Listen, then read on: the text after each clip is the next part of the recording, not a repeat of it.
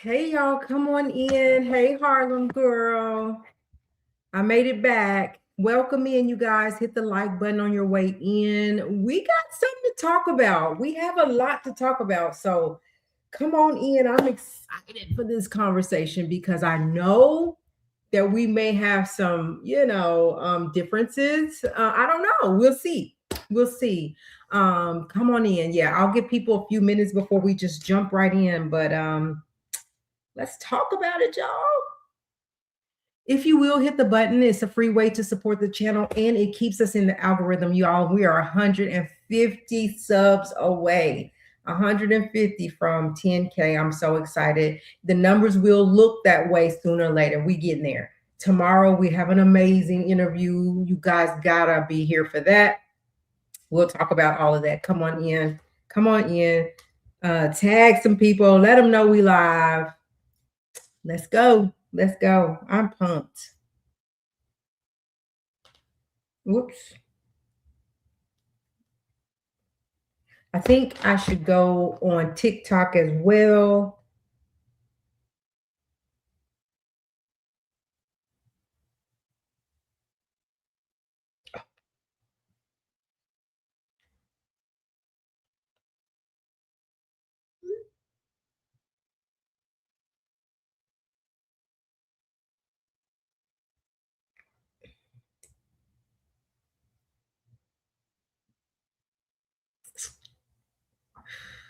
Did I mess up Harlem by coming through StreamYard?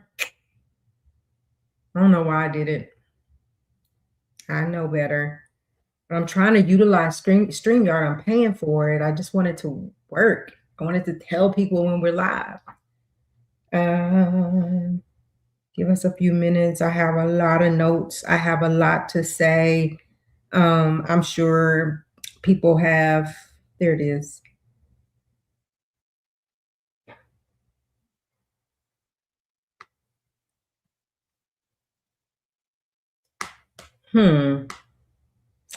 So I'm looking to see if it say that I'm live, and it doesn't even say I'm live out here. Let me see. Oh wait, maybe it does.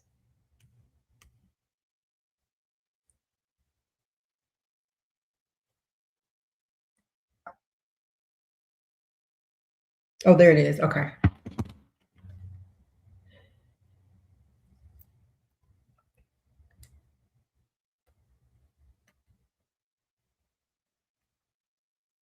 Come on in, y'all.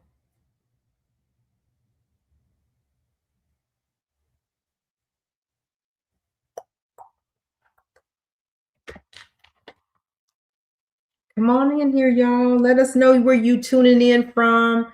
I hope that you guys will join in on this conversation, what your opinion is, what your thoughts are. We are talking about Timothy Busfield. We have a lot more to talk about than just today, but that's what we talking about, what happened today. They pretty much went over a lot of stuff that I kind of knew about, but there was some stuff I did not know about. So come on in and let me know you're here so I can shout you out.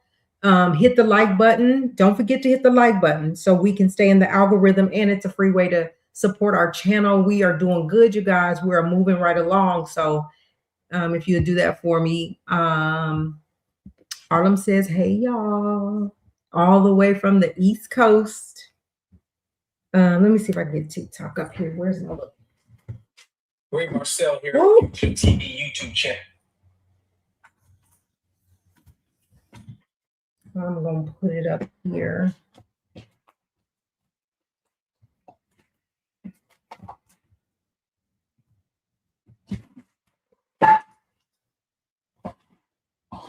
So I've been thinking about this entire time I've been off the live from today, from the court hearing for Tim.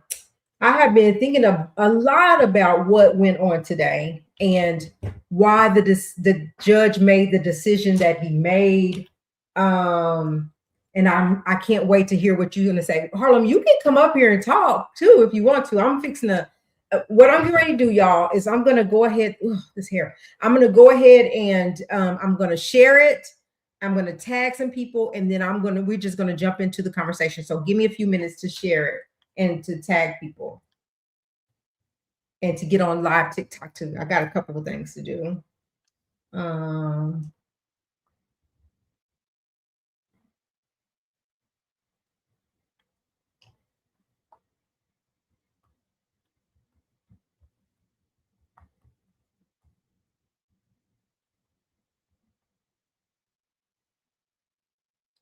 Okay, I sent it to him.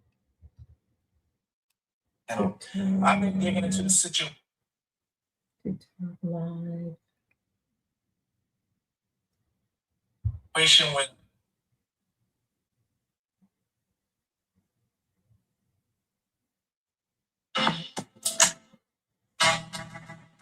I don't need that. What music on there?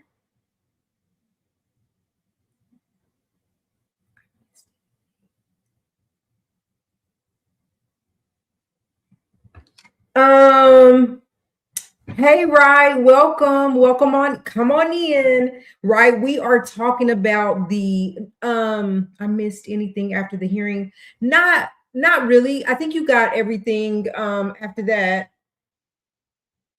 People are just now giving their opinion about it, okay, about what they think, and so that's what we are here to do today too. As soon as I can get us live on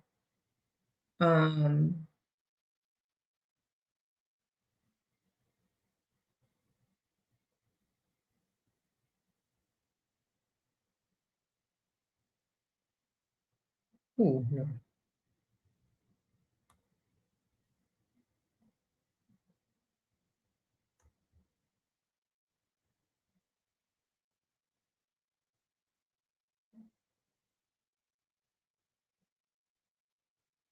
Not that.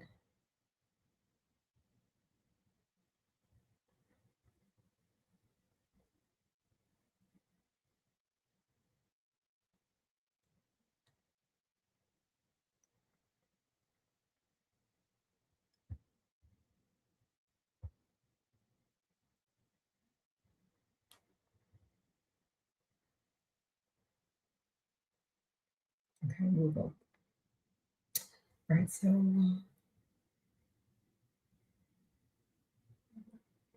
all right, I got us live on TikTok. Welcome in, everybody. Go ahead and hit the like button. If you're not already subscribed to the channel, go ahead and subscribe to our channel. We're also live on TikTok as well, and I can't get that off. I don't want that on there. Why is it doing that? I think we're live, right? Okay, they're notifying my viewers that we're live over there. So anyway, you guys, yeah, like Harlem said, what she said, happy Tuesday. Welcome to the conversation. We were live today for the Timothy Busfield detention hearing. And if you haven't already heard, he was allowed to be released to go home without a bond on his own recognizance. No stipulations. Well, his stipulations is, of course, to stay, that he has to be supervised around kids. He has to stay in touch with his attorney. He has to come to every court date, but he was actually released.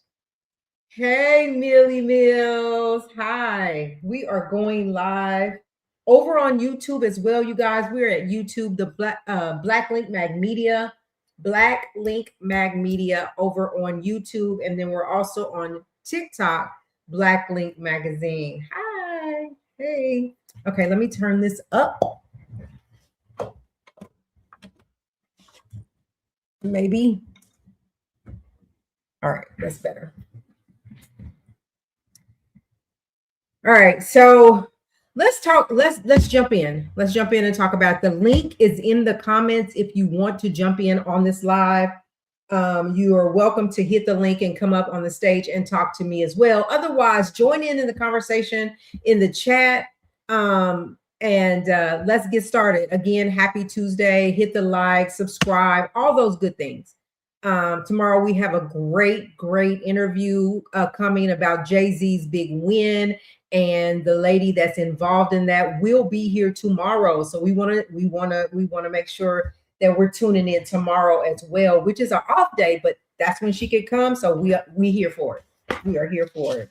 So pretty much, basically, what happened today, if you didn't see it, Timothy Busfield went to his detention hearing today. In the courtroom was Melissa Gilbert, his wife, who we know from Little House on the Prairie as a young child actor, and other things. She's an actress. She's done a lot of other things. And so, hi y'all over on TikTok. Hey, you guys.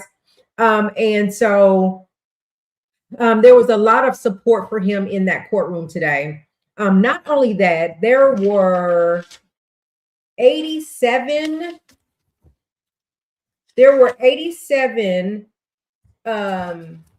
letters sent on his behalf, character letters sent on his behalf, along with a co-worker who is a producer actor who wrote an affidavit for him as well. And there was also, they played a personal phone call to his attorney from someone that stated that she had talked to the police officers, and the police officers only added the information that they wanted to add it. They didn't really give the information that she was giving to them. So they kind of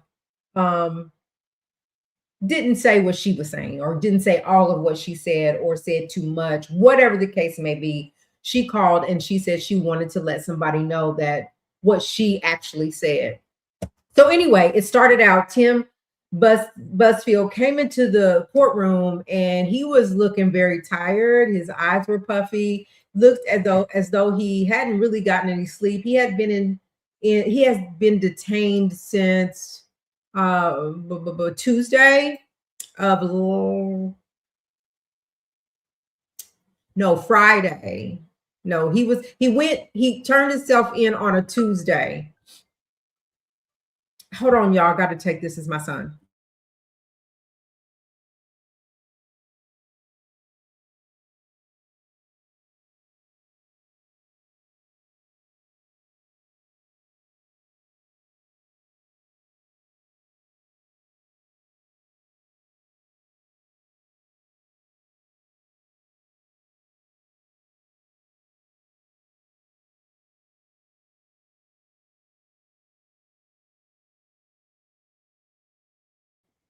Y'all, I promise, as soon as I go live, one of them know without even looking. So anyway, he was looking very tired. He came in his oranges today, and he was stressed out. He has been stressed out. So the prosecutors were up first to make their argument about why he should be detained until trial begins. So she went all the way back over his history, and she talked about in 220. So she started out saying that there was a young lady close to the family, but she wasn't compliant, but that she knew what had been going on, but she wouldn't comply with the courts for whatever reason. So my eyebrow raised then is like, why is she not cooperating if she knows something? They said that she talked about the kids calling him Uncle Tim, and that in 2024 these two twins saw a doctor. So they said that they had talked to the boys before. Harlem, stay with me, make sure I'm on the right track. They had talked to they had talked to the boys before, who did not really disclose anything, and then like to their parents. But then they saw a doctor in 2024, and the doctor was concerned that they had been touched inappropriately. So the doctor is the one that made the complaint to the authorities. Not only that, they're saying that they also talked to their therapist. And remember what I'm saying, they also talked to their therapist, and they were supposed to have divulged or revealed or disclosed that Uncle Timothy, had touched him inappropriately. They said that on the set, there is a rule that you can't touch the kids, but initially Tim Busfield said that he did tickle the boys, and he played with the boys or whatever, tickled their stomach bellies or whatever, and played with them. So he did, and that he did touch them, but not inappropriately. And then he backtracks that he didn't touch them. But he said the mom of these kids was stressed. She was kind of anxious, didn't really talk. Um, um,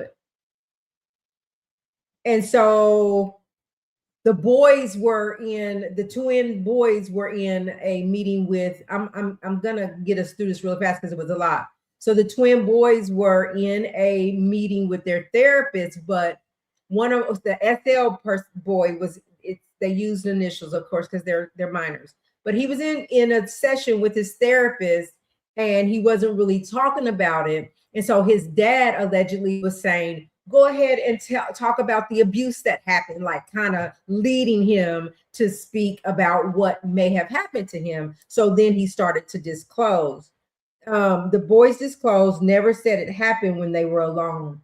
So that's when dad was in there. But then they said when dad was outside of the therapy session and it was just one-on-one with the boys, they never disclosed that they had been touched. There was also a point where parents were telling therapists that they were having nightmares in the middle of the night for what happened to them. And the boys never recalled that they had nightmares. He remembered waking up, but he had got too hot. Every time he woke up, it was because it was just too hot in the room. So it woke him up. So he never disclosed. And the little boy said he don't remember having nightmares. So that's something the parent said. He said, that the prosecution tried to say that the 87 letters that were sent were contradicting. The letters that were provided were contradicting. The victim's father encouraged the boys to they said that the father was aggressive, where mom was kind of quiet, anxious, kind of not saying nothing, but the father was kind of aggressive, and that he would force the boys to, or encourage the boys to hug adults on the set. So then they talked about that they are concerned, the prosecution is concerned that these 87 letters all talked about Tim Busfield is not even capable of doing that at any given time. There's too many people on a set for him to have been even able to do that. He said that they said there's like 2 cameramen, 2 lighting men, 2 this, the makeup people. It's just too many people for that to even happen. So that all the letters were stating that he's not capable of doing this. Like, hey, April Showers, that he basically, so that's why this can't be true. Like, he can't do that. And when is he going to do it? Because the boys never disclosed that it was behind doors or behind closed doors when everybody was offset. They were claiming that it was when he would wrap or cut on a scene, he would go in there and touch them. And so they were like, so she went back and she said the prosecution went back over his history. There was a 17-year-old girl that disclosed that the defendant assaulted her sexually, tried to give her alcohol, and groped her. And at that time, whenever they talked to the cops, that the cops told him, oh, he won't be here that much longer. And so they didn't do anything. They ended up filing a civil suit, but the civil suit did not go forward because they ended up settling at that time. The prosecution tried to say there's a pattern of this happening because there was also a time where there was in March 2012, law enforcement was called. There was a young girl. She was 20 though. She was 20 years old, that she was on the set, and law enforcement, and she claimed that he was touching her inappropriately. They were at a movie theater, but law enforcement, the courts thought there's not enough evidence, so they had to throw it out. And then Mr. Busfield said it was consensual because she was of age. It was consensual, but he's saying that she violated him. The 17-year-old Rachel Wright felt felt manipulated through the whole process, said that Tim Busfield is a very manipulative person and that he would use his power to violate these people. Then they talked about this. There was a 16-year-old who was working at B Street, which was a movie theater, which we all heard about if you follow the story, that he created this B Street where they would make movies. And so this is when the father came out and talked about his daughter being violated. And they said that what happened is she got an intern position at B Street. Yeah, and that the defendant, which is Mr. Busfield, was touching her, kissed her, stuck his hands down her pants and fondled her private parts. And so she started screaming. She pushed him away and she told her dad. So Mr. Busfield and his brother went to the parents and said that if you don't report this, Mr. Busfield will get help for what he's done. And so they kind of talked the parents into not turning that in. He said he would get help for that. So nothing ever became of that. And then, so no report was made. Nothing further happened in that case. So they said then in 2016, May 2016, 2019, the defendant was inappropriate. He was intimidating. He was abusing his authority, and so what happened is the young girl, which was appropriate age, went into his trailer where they would read lines, they would run lines, and it's like that's not out of the ordinary. But that when she went into that trailer, he immediately just started kissing her and violating her. So she ran out. And again, there was nothing that really happened to him. She ran out of his trailer because as soon as she went in there, he forcibly grabbed her, threw her against the wall, and his private part stood up.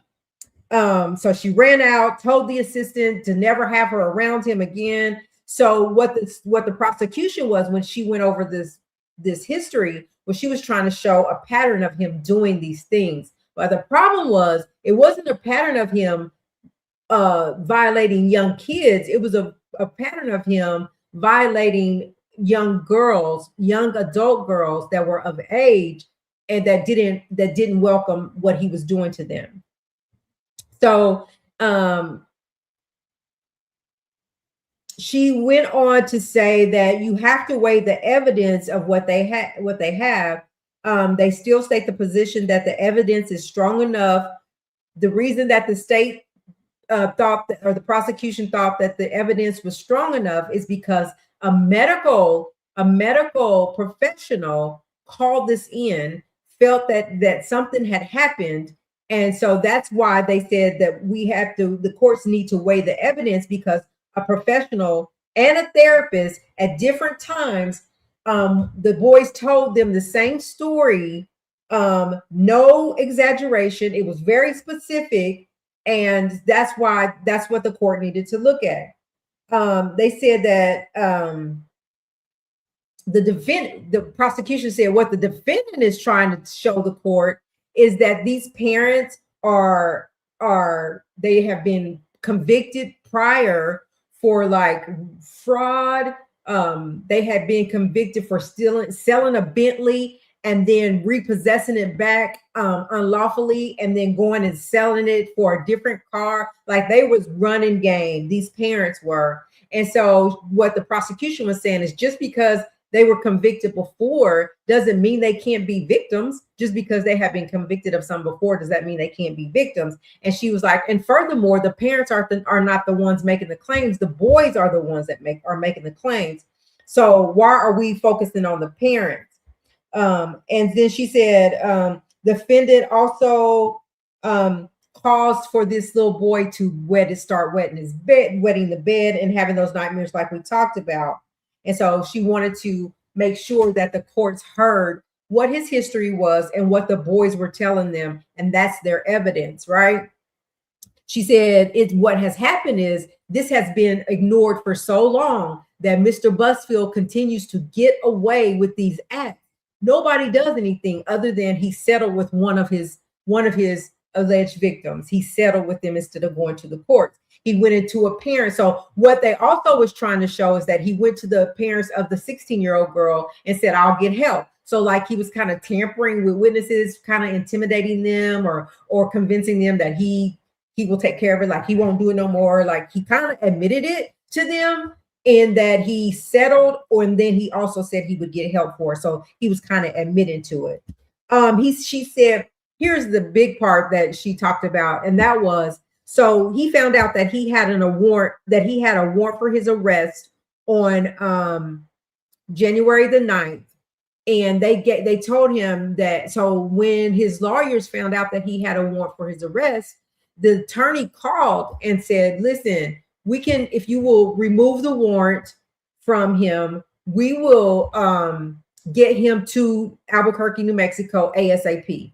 If you will just remove it, instead of having him to wait months or weeks or whatever for him to be extradited, they wanted to be extradited. Let's just let him turn himself in. I'll make sure he gets there. Let me stop right there. So where we are is that the lawyer's saying, we got the warrant, just take the warrant away. We'll get there. And prosecution or DA's office was like, we're not taking no warrant away. Get here like you can. The warrant still stands. Let me look in the chat really quick.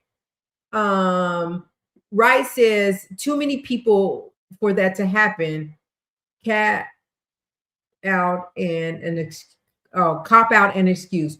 Were there too many people on set at Nickelodeon?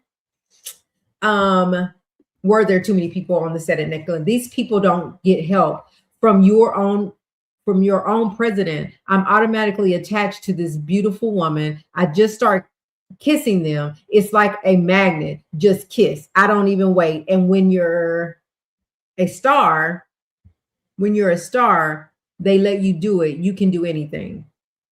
Exactly.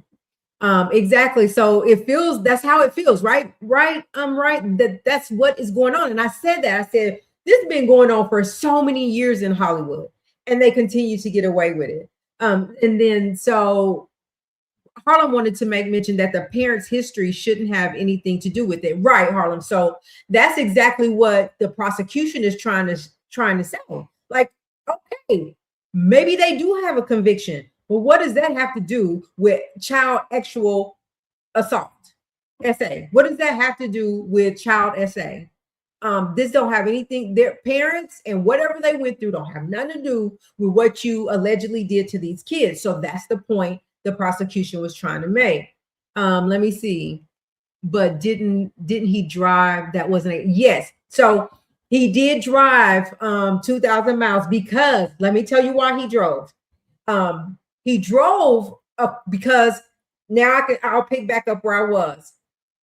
The reason that he drove is because they found out there was a warrant. They asked them to drop the warrant and we would get there. Well, since they wouldn't drop the warrant, if he would have showed up on plane at the airport, they would have arrested him for having a warrant. He didn't want to get arrested. He wanted to turn himself in. Because had they arrested him where he lives, he would have had to sit in jail, wait for extradition, all that stuff. So he was like trying to avoid that. So in order to avoid that, I'm gonna drive really safe, 2,000 miles across here to get here, and go turn myself in to do what I have to do. So that's why he didn't get on a plane to get him there quicker.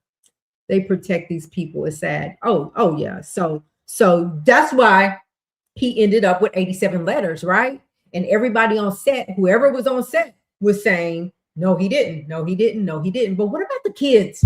Like, who's going to protect the kids? Whoever out of all, if you say it was never less than 10 people on set at any given time with these kids. And when these kids come, they come in, we do our work and they go, because we only have a certain window of time to work with children. So we don't have any time to waste. We got to get them in. They don't even get to really do rehearsals because it's only a certain amount of time. So we got to get them in, get them out. And so really, when is it time for that to happen? Right? This is what they're saying. This is their argument. So anyway, they didn't release. The DA's office was like, okay, you do what you have to do. So, but you get here, or else they're going to arrest you when they see you. So the prosecution was trying to argue, look, it took you 5 days, 5 days to get here. Of course, I'm gonna throw this in real quick before I get there, but the defendant was like, no, it was 3 days. You want to know why they said 3 days? It was Friday to Tuesday, Friday, Saturday, Sunday, Monday, Tuesday, right? Well, they have to count business days. So if they're counting business days, not weekends, it was only 3 days. That's what they brought up in court. But it literally was Friday, Saturday, Sunday, Monday, Tuesday. But when you're talking about business, it's Friday, Monday, turned itself in Tuesday, 3 days. I'm telling you, these lawyers have a way. Now, don't get it twisted. Tim Busfield has a bomb attorney. She came and she showed up today for him. We'll get there. So anyway, prosecution goes on and they say, I left my glasses because I can't read my own writing. They asked for the judge to take in light of everything, take in light that, this is what she was getting to. She said what the big deal was is when he got to Albuquerque, New Mexico, he goes to his lawyer's office. He does a interview with TMZ, tells how he drove 2,000 miles across. He's going to take care of this and he'll be back soon, whatever, la, la, la.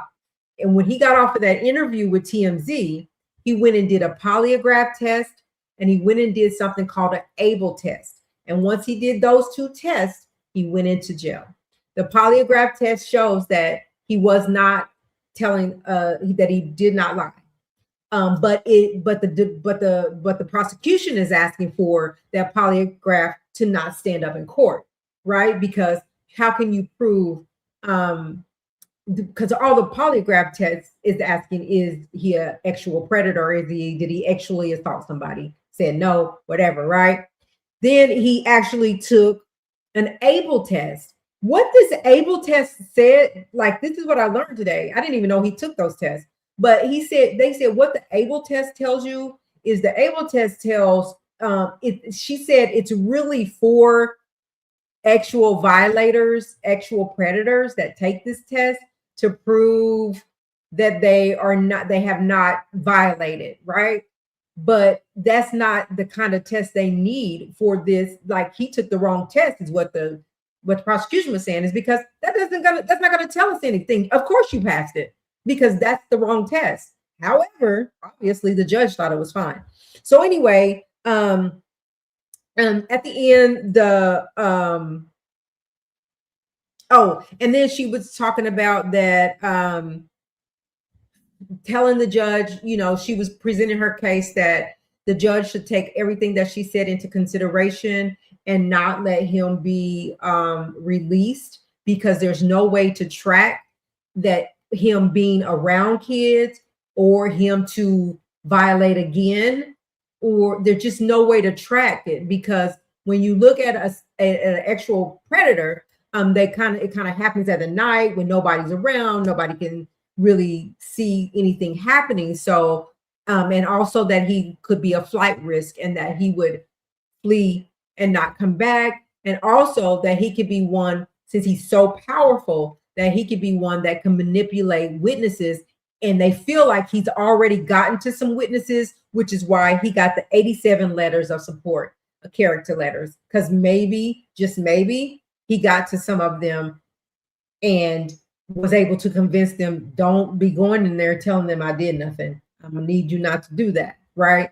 That's what they think has happened as well. Also, she said, what's so crazy about every last, the prosecution said, what's so crazy about these 87 letters? They all say the same thing. He ain't capable. He couldn't do it. He wouldn't do nothing like that. How would he have time to do like that? 87 letters said the same thing. And she was like, of course they say the same thing. Is it his power that he's manipulating these people? Oh yeah, no, by the way, these are close people to him. So because these are all close people to him, They're going to say he's not capable of doing this. They're going to say he never would do this. Oh, how could he ever have time to do that when it's so many people on set? Oh, I was with him 100% of the time. We're going to get to that. Remember, I said, oh, I was with him 100% of the time.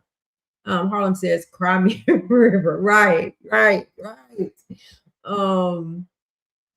Let's see. April Shower says, they protect these people. Okay, it's sad. We said that coordination. Wright says, if I go down, you go down. Or if I go down, all this falls apart. Right. So then nobody's gonna say anything because if you go down, that's our paycheck. If you go down, this whole theater that you created that's making us millions, it all goes away. What the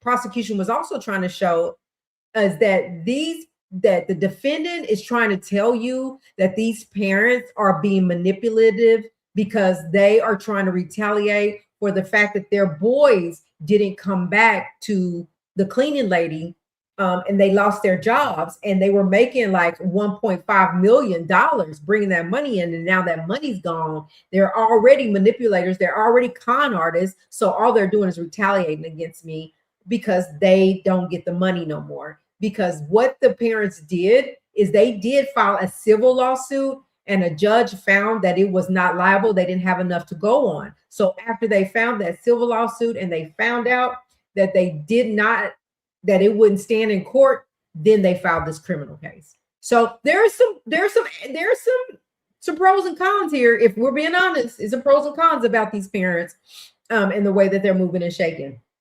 But still, it's not about them. It's about, their kids. But it's also going to be about them if they're coaching their kids too. And that can very well be happening. I'm just saying. And so anyway, so what she's saying is that the pros are that it shows power he has over them. And so they will not report, just like kind of like what you're saying, right?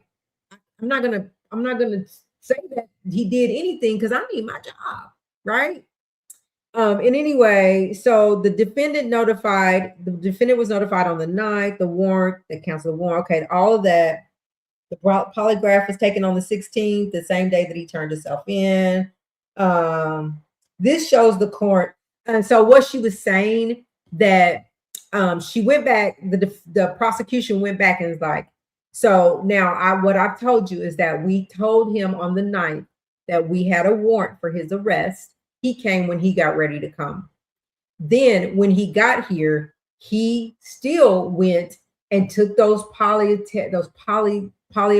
and the able test, still didn't turn himself in until he got done doing what he needed to do. He still didn't turn. So what she's saying is that he cooperates when he gets ready to cooperate, not when we're saying this is very important, you need to get here. He did it on his time. He cooperated on his time.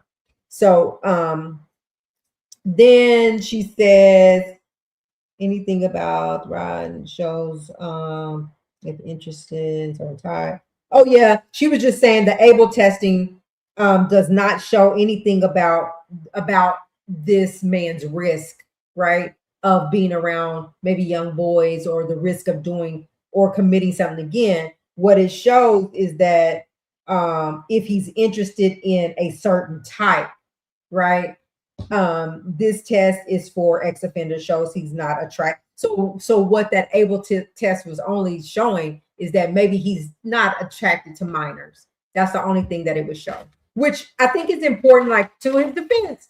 That's an important test because they're talking about minors here. So the test showed that he was not attracted to minors. Let me go back over here. Enough money can buy you 87. Exactly, April Showers, right? So that's what we're talking about, him using his power, him manipulating, him getting to people before the prosecution got to them. And even the people that got to the prosecution, she mentioned out the gate that there's one lady that they talked to is now not cooperating. So makes her think that they got to her too. All right. So defendant has, okay, do not eliminate the risk of. And basically she ended it by saying that the court could not set any conditions that protects a child or any other victim, they can't secure that. His behavior, it can't be monitored. She said it's not like this is a drug case where you can drug test them every day to make sure they're not doing drugs.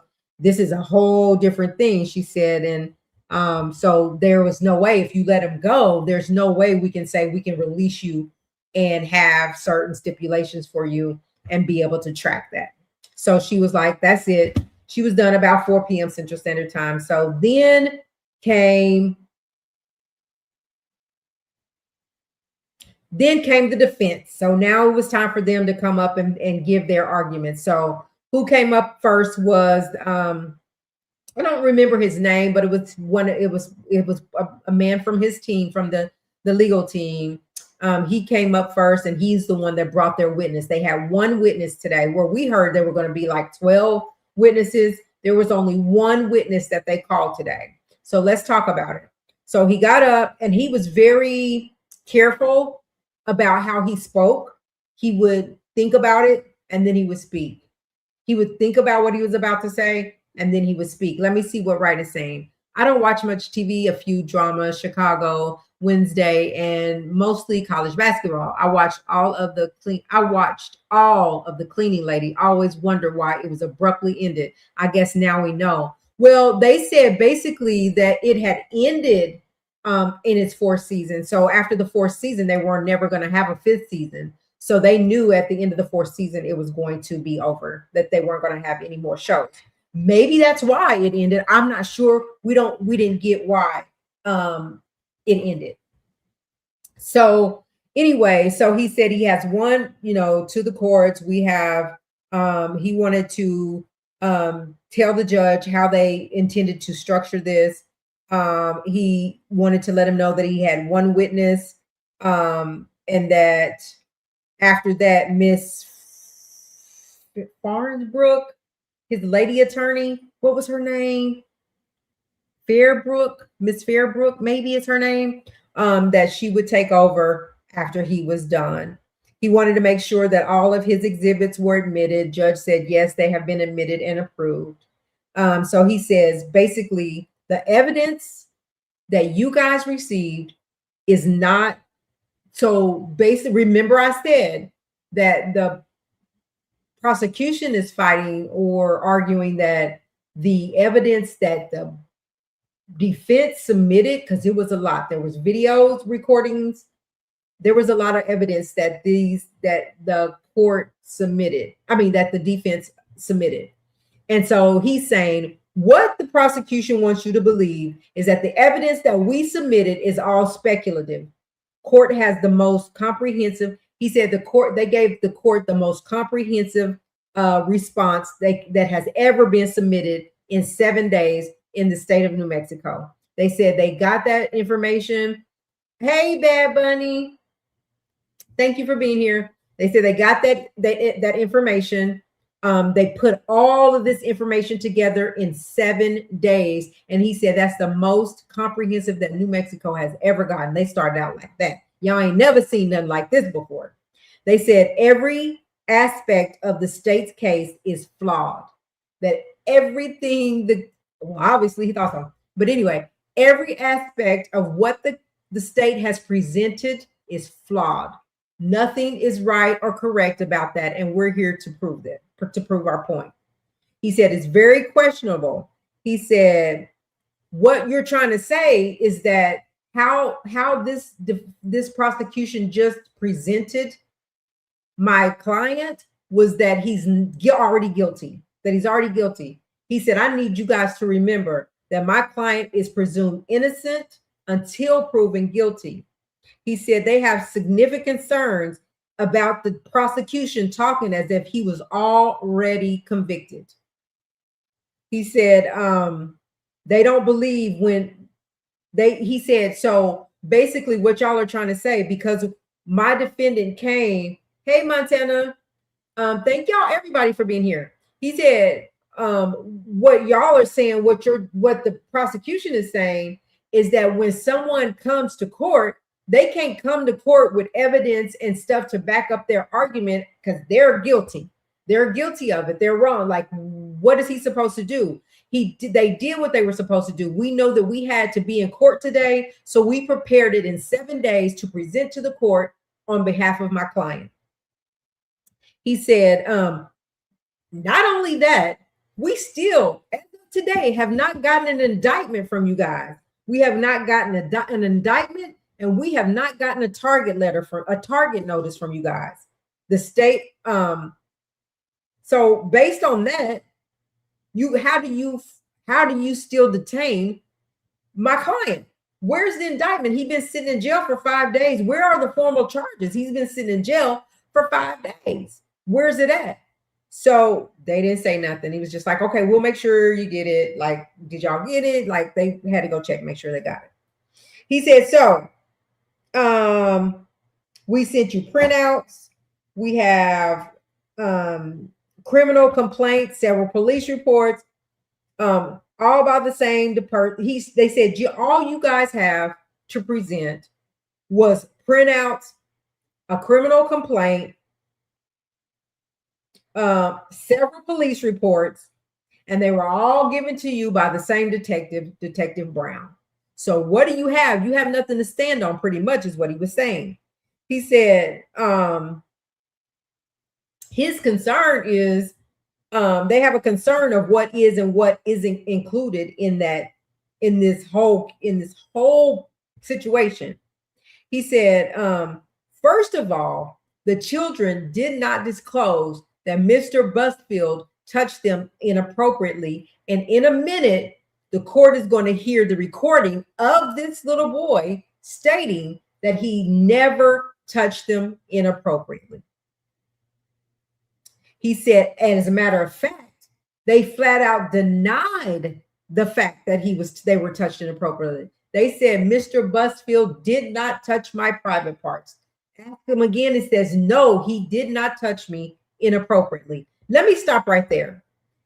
You guys we can argue the fact that he probably did. We can say that, allegedly, but what's presented in court is a recording of the boys telling their therapist that they were not touched inappropriately. We have to, the court is going to pay attention to that. That wasn't something that the defendant went and manipulated anybody about. That came directly from the recording that he had with his therapist, that both of them said they were never touched by him inappropriately. But when the dad came in, is when they started talking about it. Dad was like, it's okay to tell the truth about your abuse. Then they kind of started talking about it. But he said they flat out denied it.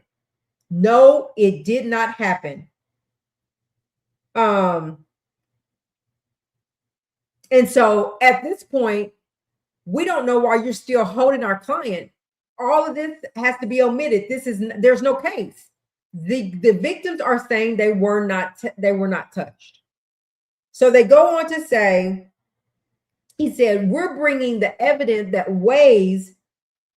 the evidence that we're going to prove to you today is going to weigh or sway in our favor, that you must release our client. He said,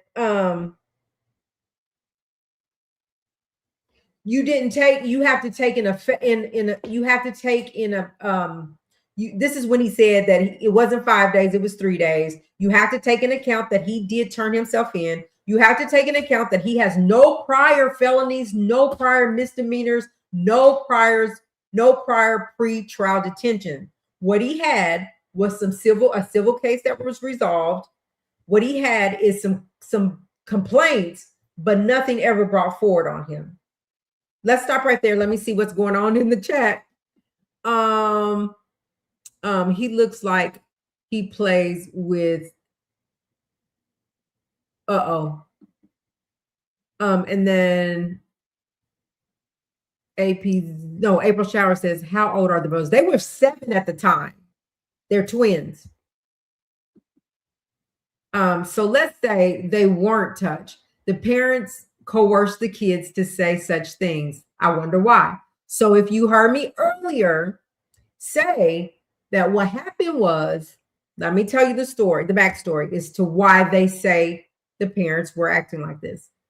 So whenever they started filming the cleaning lady, COVID happened, right?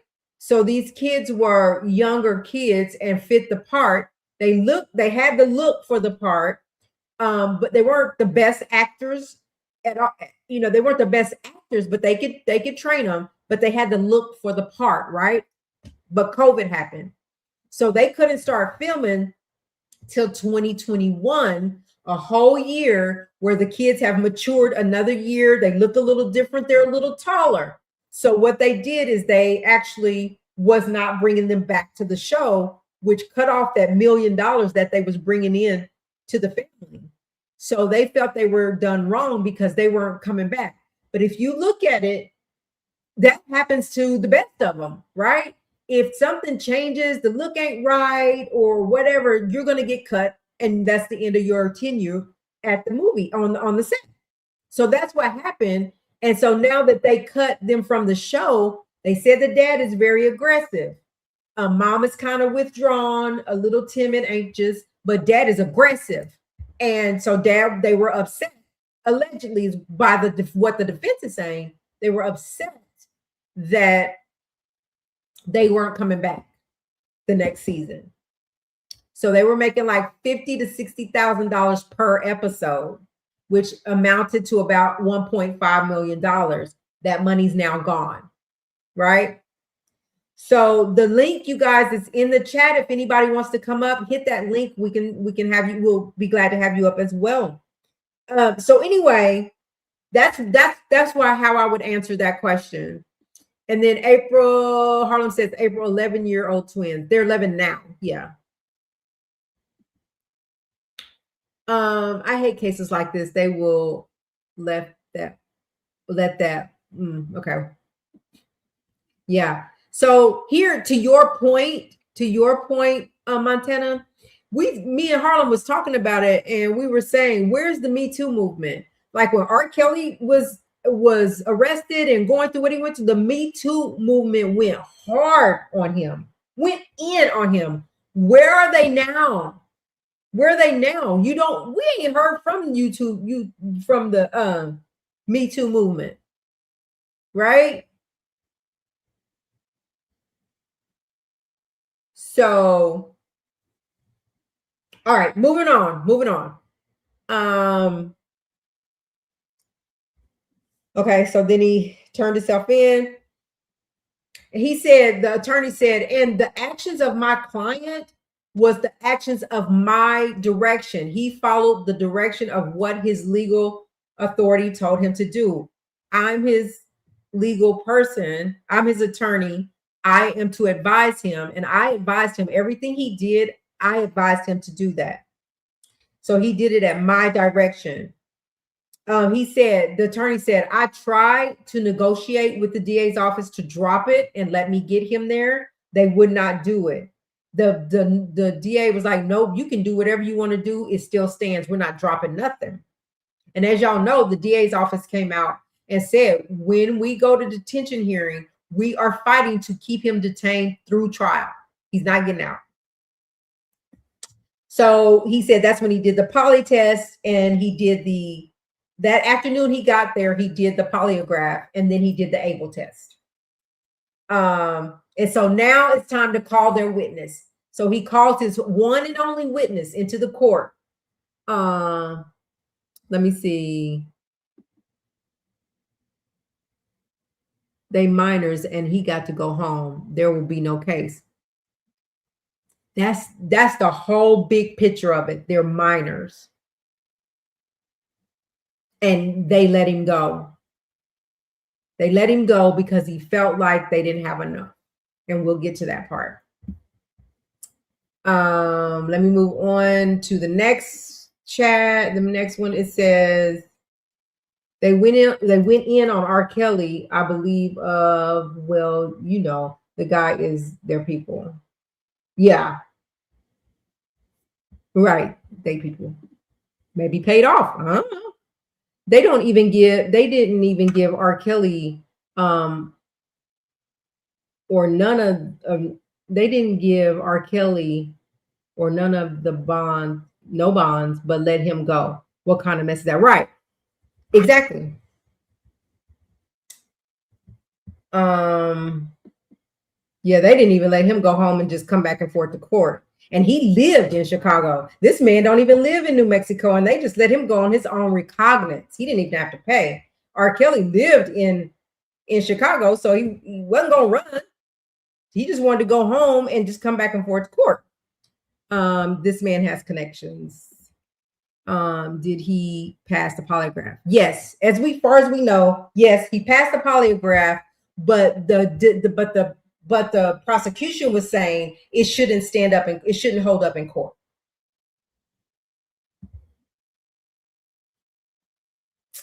And I think the able test he passed as well, but she's saying that's not the kind of, all that says is that he's not attracted to minors, which he needed that test for this. I think that was a smart move. If you were defending somebody, it was smart to take that test if that's what it proved, and he passed, which is another reason to let him go.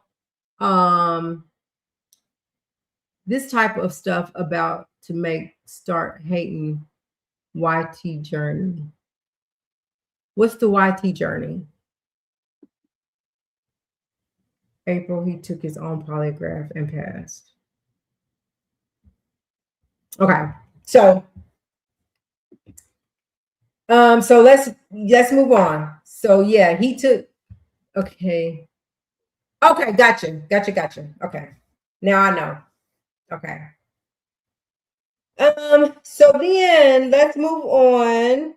They call his only witness for the day. The only witness they put on the stand. His name is Alan Cordelia. They sworn him in. He says that he asked him who was he, what was his position. This case is 50-50 to me. That's, yeah. As you hear the evidence, I couldn't wait to get to the end, but I was going to give my opinion at the end as well. But I think, April, we might be on the same page. And it's because of the evidence, right? So let's hurry up and get to the end so we can all talk about it. Not attracted to minors. It doesn't really matter. How many school teachers have we seen just fall in love with the one child? Yep. And I think that was the prosecution's point. It's like, this don't even make sense. Like, this text, why'd you go do that? Because that don't even make sense for this situation. To me, it did. So anyway, they bring on Mr. Cordelia. His name is Alan. And so Alan worked with Tim Busfield. So the defense brought on this witness for Tim Busfield. He said that he was the director of photography. He was the director of photography on the movie set. And what he does is he makes sure the lighting is good. He makes sure he oversees other guest directors that come on the set. He informs the guest directors their position, what they need to be doing on the set. He said he's been in the business for over 35 years, and that he has done hundreds of projects. He's done thousands and thousands of hours of filming, thousands of days of filming. He is a member of the union, International Cinematographer, and the Directors Guild. He said he's directed and produced The Hangover, and The Hangover 2 is the biggest project probably that he did. And then also The Cleaning Lady, which is the movie we're talking about here in this situation. He said he was the head director of the photography. He said, and he said, so he was the lead director on The Cleaning Lady.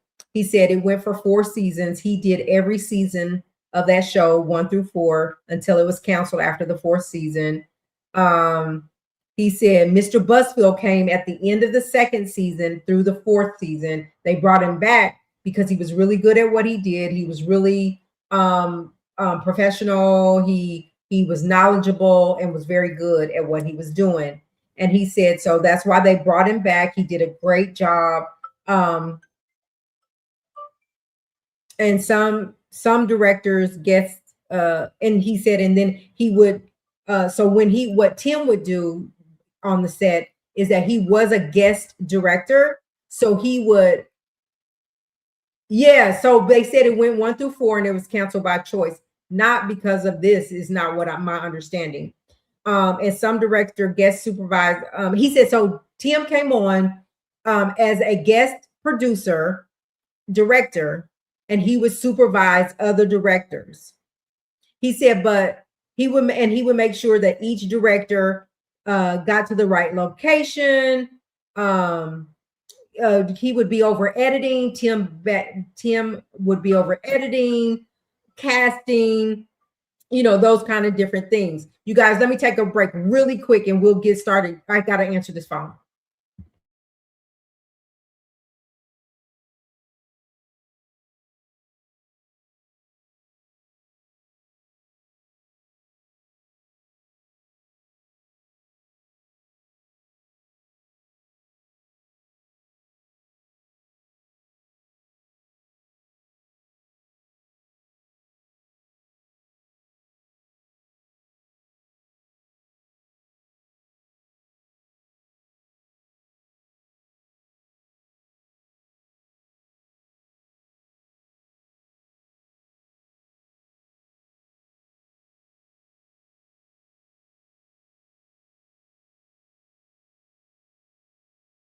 Okay. Where am I? Okay. Let me get back to the chat, see what the chat is saying. Yeah, so Harlem, they went to season 1 through 4, and at the end they were going to cancel. There wasn't going to be a season 5. Wright said they are trying to pad his character, but none of that matters. Okay. Oh yeah, whenever he's telling him, oh, he did an excellent job, he knows what he's doing, that kind of stuff. Yeah. And then yeah. Oh yeah, y'all. On this break, let's talk about it. We have an amazing interview coming up that has to do with Jay-Z tomorrow. We have a guest on the show tomorrow. Please be here. Mark your calendars. We start at I'll tell you. We are going to start at what time did I tell you?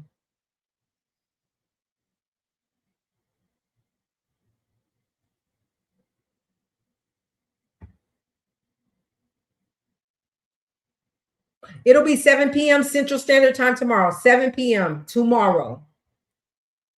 Gonna be good. It's gonna be good. All right.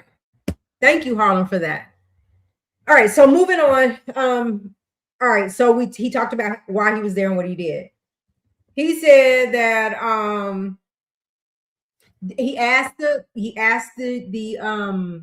witness if he knew about the situation, that why we're here, what Mr. Busfield is charged for, and he says that he said yes, he knew why. He said that it was a criminal case and that he knew SL and TL, I believe is the other boy, that he knew both of them really well, and that Mr. Busfield was being charged with some type of child SA. He said the nature of the case. Oh, the nature of the case was that Tim touched a kid inappropriately on the set while filming. He said he knows them very well. They were never left alone. That even Tim Busfield was never out of his sight. He said he worked directly with Busfield, and he said Busfield stayed right. He said he was with him almost 100% of the time on set. So there's no way that what they're claiming could have happened, because he was always with Busfield. So that couldn't have happened. And he said that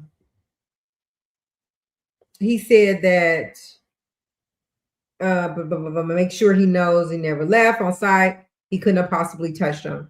He said he said, even though some sets, when they're filming, some sets are really chaotic, like very busy all over the place. He said, but there's a method to the madness pretty much. He said it's very professional. And he said there are professionals that knows what they're doing. And that's when he talked about there's a minimum of 10 people on the set. And then he started talking about that they only have a limited time of with the kids. So they got to get those kids in, get them on point, get them out. Because if they go over that time, it's a ton of more money that they have to pay. So they cut at that time. And then if they don't meet what they do within that time, they got to bring them back to do it within the time frame. So kids are very touchy, right, on the set. He said, so it might seem chaotic, but there's a method to his madness. He said, there was too many people every time a child is on that set for anything like that to happen. And the boys were claiming that it happened when they would say, it's a cut or it's a wrap. And then they take a break or whatever. And he would come in wherever and touch them. Right. He said that absolutely did not happen. He said he did write an affidavit for Tim Busfield. And he was like, the prosecutor asked, well, why did you write? Who asked you to write the affidavit? And he paused for a minute and he said, well, his wife, Laura Ingle, that is not her name, but his wife asked if he would write something on his behalf. He said he wrote it, gave it to her, and she forwarded it on. And so that's what he wrote. But the thing about this witness here, so the question, when Mr. Tim Busfield was questioned and asked if he had touched the kids before, at one point he said he did tickle the kids and he did like pick them up before or whatever. This witness said, now get this. This is the part right here that I am stumbling on, or I am side-eyeing. He said he was with him 100% of the time, but he never saw Mr. Busfield touch the kid. Yet Mr. Busfield admitted that he touched the kid, but then he went, but not inappropriately, but he did touch the kid. But then he came back and he withdrew that and said he never touched the kid. So what this man is saying, the prosecution is saying, but you was with him 100% of the time on set, and you never saw him touch the kid. He said, I never saw him touch the kid. Do you realize that he's claimed that Mr. Busfield said he touched the kids? He's like, yeah, it says it in the report. He said, but I didn't see him touch it. So they just kind of moved on. But if you with him 100% of the time, then you would see every move he made, right? He didn't never see him touch. Melissa Gilbert is her name. She played Laura Ingle, but Melissa Gilbert is her name. So that's who he forwarded to his wife. So he said he didn't see it, right? He was meeting him in the men's room. Yes, this was a contradicting statement in that Mr. Busfield said he did it. He admitted he did it himself, but you're saying you with him 100% of the time. You never saw it. He said he never saw it. Because he was in the men's room with him. All right. And he said on the set, the parents are there, the staff is there, the makeup people are there, like it's people are there, so it couldn't have happened. He said, so he did get to know the boys. He said he would, even when the boys would come on set, he would high five the boys. And if the boy missed a high five, he's like, get back over there and give Uncle Tim a hug, or get back over there and give Alan a hug, or whatever. And the witness was like, and that made me feel really uncomfortable that his dad was forcing him to hug somebody or give somebody a high five that they really didn't know. So prosecution came back and said, did you ever tell anybody that it made you uncomfortable? Did you tell dad that it made you uncomfortable to not do that? He said, nope, he never talked to nobody about it, but he just felt uncomfortable. That does happen a lot. And then Yep, that's what happened. Yes. Hi, Miss Giselle. Welcome. Welcome over here. Glad you could stop by for a minute. I hope you can stay a while and be back tomorrow, y'all. We got a fire interview coming up. All right. So anyway, that was the witness. When he talked about how dad was aggressive, making them hug, but mom was always withdrawn, never really saying anything. Dad always he said that the dad would always want to that the dad would always want to come on, okay, I get it, that the dad would always want to go out to dinner with him, would always want to go out to have drinks with him. He said what he think was happening is that dad thought that Alan, this witness, had pool on the set and that he was trying to get close to him so that his boys could stay in and with him stay in on the set. But Alan was like, but little did he know, like, I'm not the shot caller. I have people way above my pay grade that makes the decisions. I wasn't the decision maker. He said, what happened is he saw me telling the lighting, more light, dim the light, go here, be here. He said, because I did supervise the guest directors, but I didn't make decisions. And then he said, so he never told anybody, because the what the prosecution point was is that, like, if you felt uncomfortable about it, why didn't you say something about it, Dad? Let's not do that on the set. It makes me uncomfortable. Let's just not, if I high five them, they miss it. Let's just move on. Let's not because I'm uncomfortable with that. It just kind of crosses a line for me. But he didn't say nothing to nobody about it. So basically, he ain't supposed to have criminal charges. It's just supposed to be in a civil suit. So he never supposed to been arrested or nothing for it because it's supposed to be just a lawsuit from the beginning. So yeah, so beginning, what dad was trying to do, mom and dad, the parents were trying to do a civil suit. And when they took it to the courts, they presented it, it got shot down. So after that, they went on to file charges, press criminal charges. So let me see. The kids leaving the show, COVID, they talked about COVID. We talked about that, where COVID, then that's why the kids, weren't coming back because they grew. And so in these specific positions or these roles, these kids had grown too tall for the role or whatever. They look different. He said they were making 50 to 60 grand per episode. So they was bringing about $1.5 million. He said that the only reason he knew about the money is because this witness said is because his son did a commercial for the Super Bowl before, and they got a lot of money for that. His son made a lot of money. He said, and so whenever you have a child actress, this is another point about the parents. When you have a child actor or actress or whatever, when they get paid, the parents are allowed to keep 85% of the pay. And the rest has to go, 15% of that has to go into this account. And the kids can't get it till they're 18 years old. The parents cannot touch it. But the 85% that they get, they can do whatever they want to do with it, which is why they probably had a Bentley and then sold the Bentley and did all that. I don't know. I'm just saying. Okay. I digress. But anyway, so that money was snatched away when they weren't called back for another season. So anyway, moving on. So then now, he said he wrote the affidavit on January 13th because Melissa Gilbert asked him, which is John, which is Timothy's wife, was asking probably a lot of people to write a character letter. He wrote an affidavit for them. He said,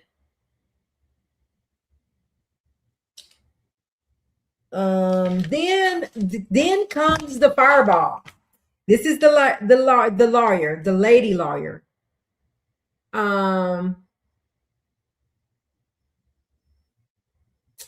She was like, okay, well, he said may not will have as an probation probable cause. Is there a probable cause? Prove dangerousness. Okay, that was her. So the Miss whoever came on, the lawyer came on. She was very careful when she came on. She had her evidence. She had the recordings of the boys. She had what do you call it, Montana, whenever they have, she had case law that in situations like this where people were released, She had her I's dotted, her T's crossed, and she hit him. She hit him hard.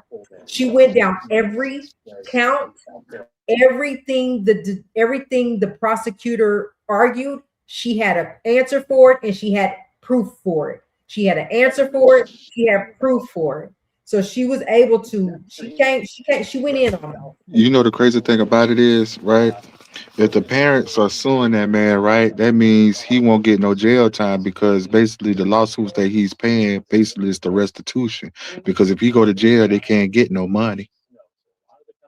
Right, because they talked about that. They said in a criminal case, you don't get money for a criminal case at the end of a criminal case. That's only in a civil case. And you're fighting for money, right? And so the prosecution was trying to say, well, that's why they have a criminal case, because they know they're not, that's why we know they're not out for money because it's a criminal case. But you're missing the part, you're not telling the part where they tried to do a civil case to get money and it didn't work. So at this end of this case, regardless, nobody's getting paid for it. And so let's see. She went on to say, so she came on.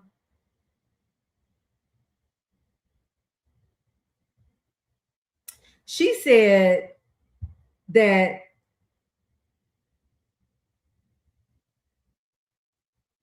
she was saying that this client should not be sitting in jail right now. You should not be detaining him because this instantly tilts the scale. You should have something that instantly tilts the scale of guilt, right? She said nowhere in this situation that nothing she presented today tilted the scale towards guilt. She said when they accuse someone, they file a pretrial. That she said the charges alone are not enough the charges alone that they have against him are not enough to eliminate from section or something to section 13 was not enough basically to tilt the scale to say we have a hardcore case that we could probably get him found guilty on. She said you don't have any of that. She said that she said, and what also the thing about it, you wanted us to come in here. Did you really want, and I'm paraphrasing, did you really want us to walk in here, not have any evidence to back up what we're saying, to back up our fight, to come in here and just come here and just show up? She said, that's not the case. She said, this man is cooperating. This man has lost his talent agent, dropped him. He's been edited out of a show. He said, there's evidence. She said, the reason how we got evidence the evidence that we have, because they're saying you came with an abundance of evidence. How did you do that? She said, how we got the evidence is there were people reaching out to the attorneys. She said that, and there was people reaching out to them specifically. There was recordings, like I told you guys. And there she said, but the state has evidence that cannot prove beyond reasonable doubt. You have to prove that these boys disclosed that Mr. Tim touched him inappropriately. She said, so can you play that video for me? So that's when they played the video, and the boy was having a forensics interview. And they were asking them if he got touched. He was like, no, I didn't get touched. He's like, okay, let me ask you again. Like, just to make sure, he didn't say that, but he did repeat the question again to make sure for sure that he knew what it was. And did this happen to you? He said he knew what it was. And no, he never did that to me. He never touched me like that. But that's still all right. With a case like that, with a minor like that, with especially a kid like that, if that kid, even though he's saying not, and when the when the trial comes up and that kid changes his mind and say, hey, yeah, he did, as all that they need is that child's word.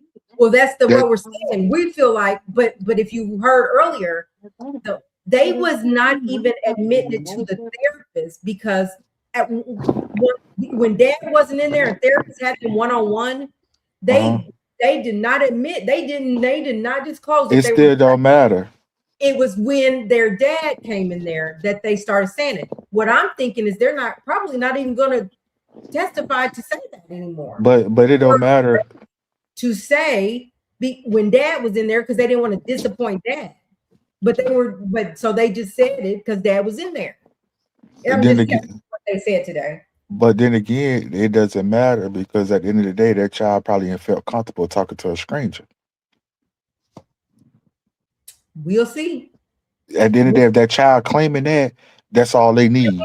His therapist, so she's not really the stranger. It's their doctor. So their doctor, those are people that they see on a regular basis. But their doctor is also not law enforcement either. But their doctor turned it in. But at the same time, a forensics person is not law enforcement either, because law enforcement police officers don't talk to kids because of that. Because forensic is law enforcement. No, it's not. I know because I work with forensics. But forensics is a person that specializes in interviewing children in a specific way, and they report it to law enforcement. That's what a forensics is. A forensics interviewer is not law enforcement. They don't bring charges, nothing. They are trained to talk to minors in a way that they could get them to say things that they need them to say if it's true or not. Well, I guess it's different from that type of forensics than criminal, like crime, forensics. A crime forensics for an adult is the detectives talking to them. Yeah, they'd be detectives. Yeah. But a child, a child, no law enforcement will talk to a child. So they have a forensics person that is specially trained to talk to that child. So with you working with children, right? So if a child came to you and said it was inappropriately touched, it's your job to investigate it, right? We have to. So I can't talk about that. I can tell you this. Okay. When a person is if a child reports to somebody that is a reporter, that is a mandated reporter, then they have to report it, and then whoever does it in that position, they got to go out and investigate it. But then you don't start the investigation until after that child has had a forensic and has disclosed something. So if you go in that forensics and they don't disclose anything, you still do an investigation to complete it, complete out the process. But if they don't disclose anything, or if they said something happened to them, they'll do something called it's a certain kind of medical exam that they will do on them to see, right? To be able to determine. And then that's all reported to law enforcement if it need be. So none of that happens as law enforcement does not do any of that. I hope that makes sense. But at the same time, like just like right now, like if a kid say they been touched, all right, that's enough evidence to charge him. No, even though that kid, then the kid might change his mind that say no, he hasn't touched me. Then say it again, he's touched me. His word is still believable because it's a minor. No, they're going to believe the child's word, but there still has to be an investigation. There still has to be an investigation to go through the process to make sure that what is said is true. You do have children that are saying things that ain't true because they're mad at the parent or because they don't like the mama's boyfriend or whatever the case may be. So there has to be an investigation. So how can you have to do your due diligence in order to make sure. So how can you prove that you just been touched? There is a test. There's a medical exam that is done. I know it's a medical exam, but that's for deeper. I don't want to get into that deeper. No, I mean, what do you? Well, yeah. Like beyond. That's for the P word. Beyond the P. Yeah, that's for the P word. But I'm talking about touching. But you have to do the investigation, Montana. You can't just say we're going to listen. The child's voice is listened to, but it has to do. So now, not only is the child going through forensics, detectives and everybody is talking to the parent, to the alleged perpetrator. Listen, when you deal with law enforcement, you would be surprised, maybe not. People will tell it. People will tell it on you, right? Behind your back. And you think they're not, they're going to tell it. So that's how law enforcement's job is so easy, because they got people that will tell too easily. But this is why I hate about these type of cases, right? It be these type of cases that do this to kids, and they'll go to jail for 2 years and get parole or get 4 years probation. Yeah. So that's where I'm at. That's where I'm at, Miss Giselle, is that, and I was trying to get through it all before we had this deep conversation, but I see both sides of it, right? I see both sides of it, and in that, their boy, if the boy, and I hear you, Montana, I really hear what you're saying. I'm not saying it didn't happen at all. I'm just saying what's presented in court is what they're gonna listen to. So there was a video that was presented at court where these boys are saying no, they didn't do it. Now, Mr. Tim, he is not off the hook. He still has to come back and go to trial. This was just a detention hearing to see if he would be detained until trial. So just because he's out does not mean he don't have to face the music. They're gonna have to come back and. So let me ask. Oh, my bad. Not me to cut you off. Just hypothetically speaking, anyone in the chat that got kids, right? If they talk to a counselor about a situation they had, maybe let's just say this. If they was getting bullied in school, right? Then we could just use this. If you had a child that was getting bullied in school, and your child talked to the guidance counselor or the principal, they're not going to feel comfortable talking to that principal. They're going to deny it. But when they come home to you, where they feel comfortable around you, they'll tell you. Yeah. So with that being talking to that counselor, that really doesn't matter. Because he ain't finally admitted to the father walked in, right? Because he felt more comfortable because his parent was in there. Absolutely, we can look at it that way. It could go either way. And it depends on the child too, right? It depends on the child. So absolutely, that's a scenario, right? That he didn't feel good with, he didn't feel safe, like Wright was saying. Talk to therapist, psychologist, didn't feel right. So I'm not going to tell them everything I want to know. Where you have another child would just spill the beans, right? So it depends on the child and it depends on the situation. What they can't just say, that's what the defense is saying. You can't say, I mean, the prosecution, just because this kid said no, I wasn't touched, there still is an ongoing investigation. They're still looking into it. But at the end of the day, they're going to have those kids to come to court and stay and admit to what happened. If there's no case, because it's about the kids. You're right. It's about the kids, and you can't prove no touch. Like just like right now, if I walk past a woman and touch her top, how can you prove that I touched you? But she could claim that I touched her, and I'm going to jail. I just say that it's every scenario. So that's why you get to get a lawyer and fight for it, right? They're gonna take my fingerprints on her skin. Even if go ahead. I'm sorry. We keep talking over each other. I'm sorry. My bad. Go ahead. Even if you walk by her and didn't touch her and she said you did, there's a court case, and if they pick that up, you're going to have to get an attorney to fight to prove beyond reasonable doubt that you did not do that to her. Or she's got to prove that you did do it, right? Because she said you did. Now, we don't go where he say, she say. That's why the court says, don't walk in here and don't have no evidence.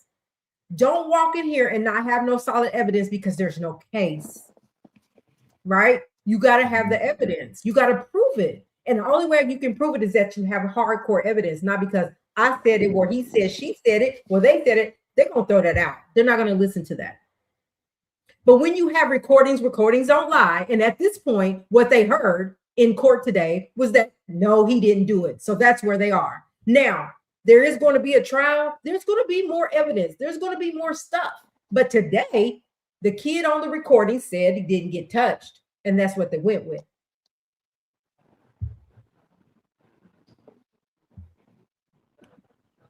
That's crazy.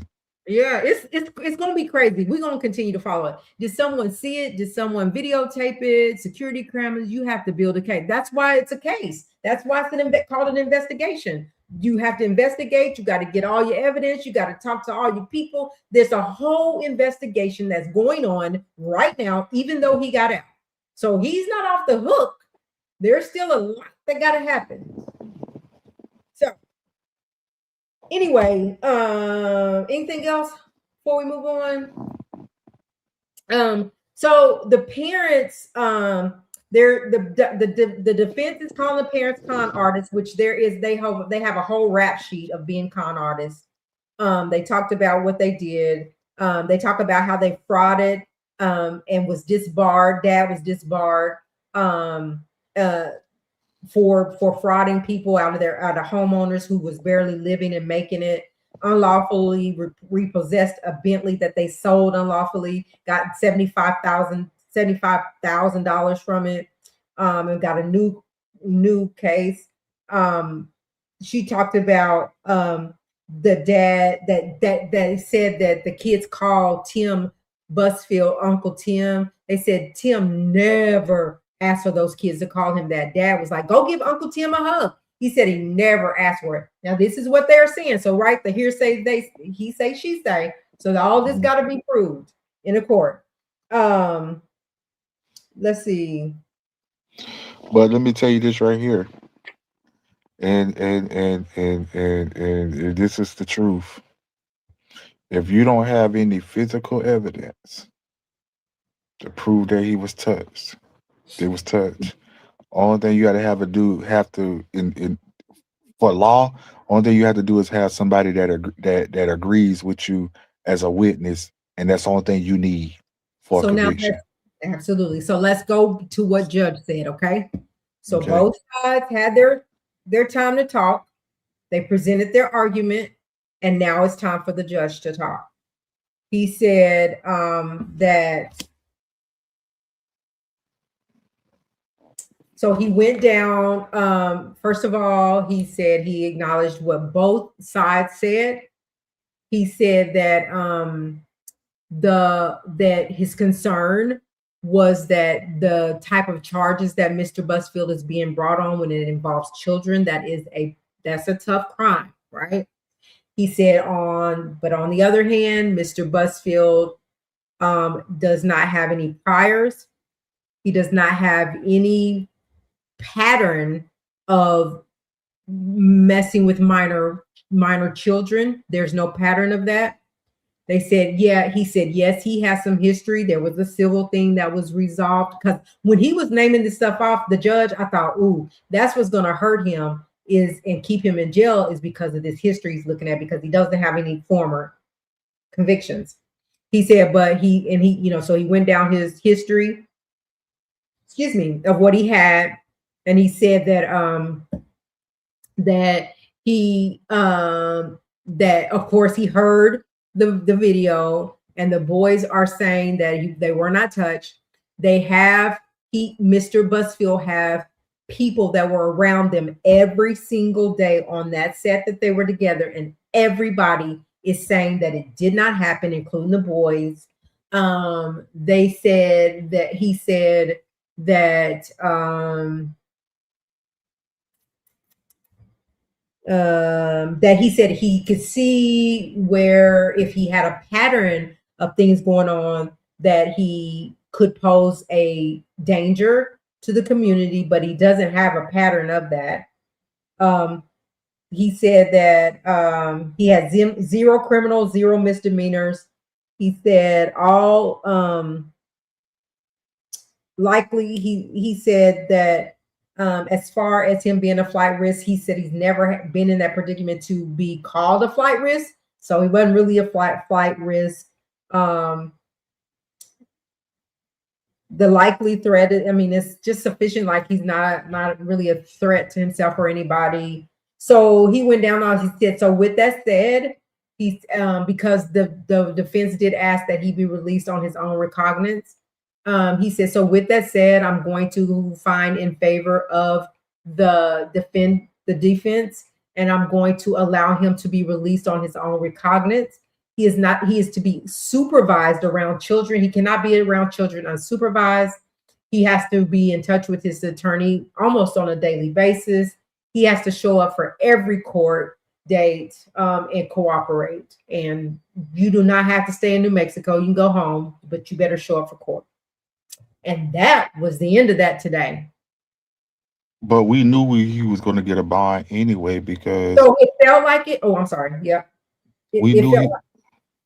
Yeah, no, it ain't about feeling like it. He was going to get a bond regardless because when Or he's it. charged, huh? I felt like he was going to get a bond. Yeah, he was going to get a bond regardless because what he's charged with is not a violent crime. Wait, It's not violent. wait. For me, okay. Keep going. I'll tell you what I felt like. I jumped Yeah, ahead. yeah. He wasn't charged with a the charges he got is a non-violent charges, so he was going to get a bond anyway.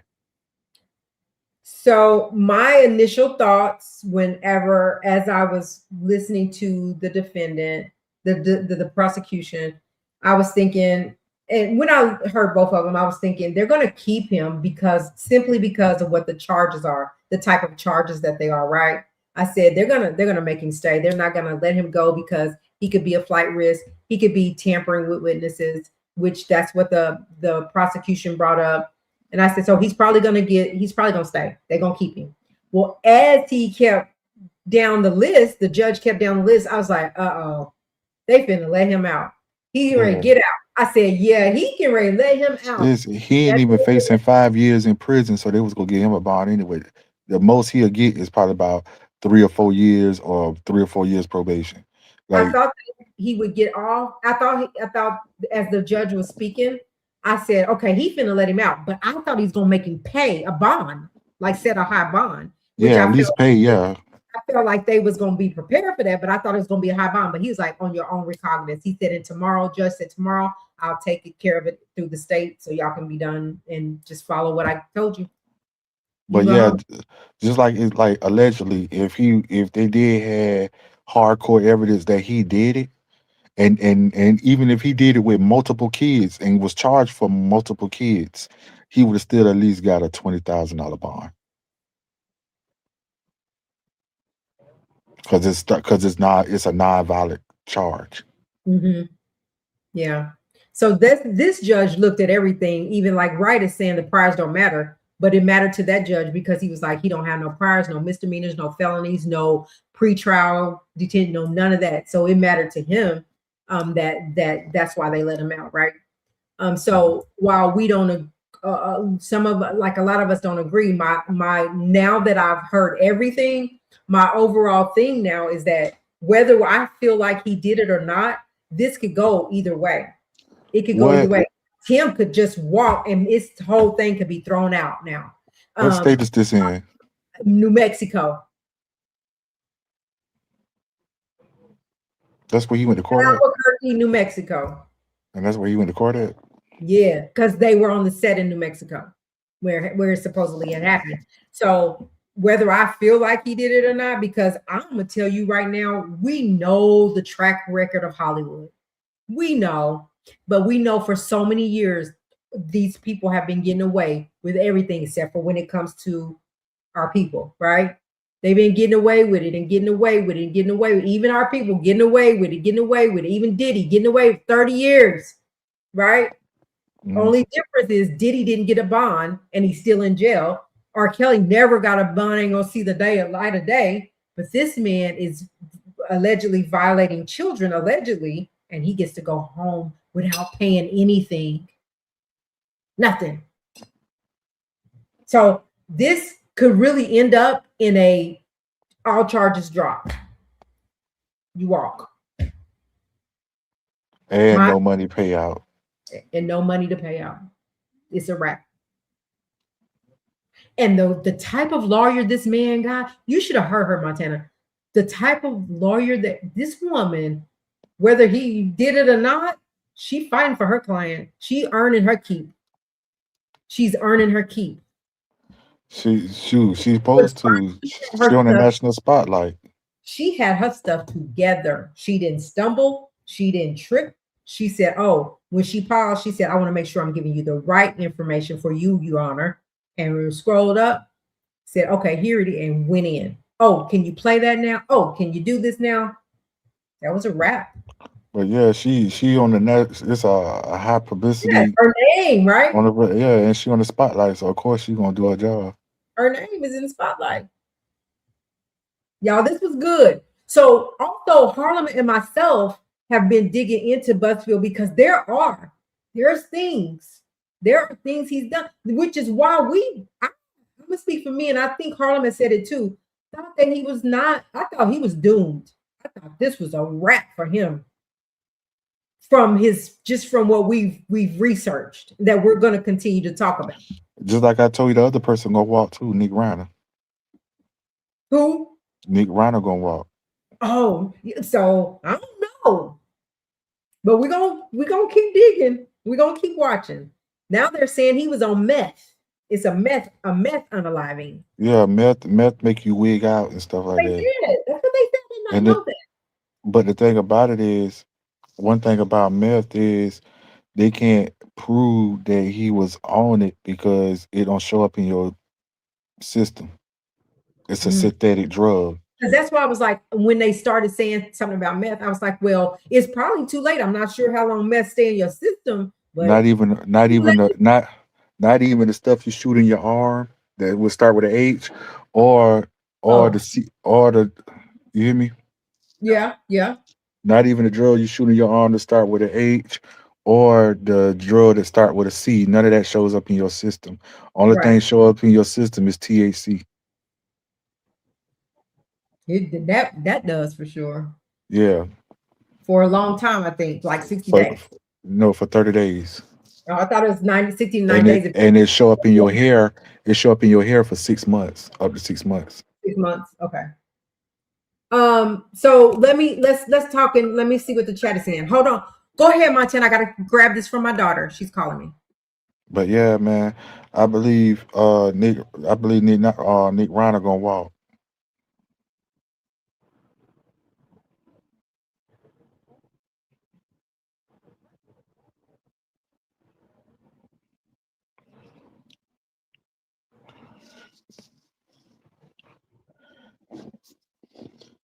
And then the thing about it is, right, with the THC, only thing you gotta do is drink a lot of water. It might be out your system before 30 days. But you can't beat that hair test right with that water. That hair test, yeah, it's gonna show up at least 5 to 6 months. Yeah. Fugitive TV in the chat. Hey, Fugitive TV, where? There he is. Welcome. It's been a minute. Thank you for stopping by. So, Fugitive, have you been covering or looking at Tim Busfield as well? I know you're doing a lot of other stuff, but have you been? I would love to hear what your thoughts are around this as well. Did you see the have you been, do you know the background, and did you see the court stuff today? Just curious of what you think. Again, I'll say this. I'm like Miss Giselle, like it could be 50-50. It could go either way at the end of the day. But I'm gonna even go a little bit further with what the decision that the judge made. I think Tim is gonna walk. Now I could be wrong, but it just, like I said, it feels like it just because of what happened today.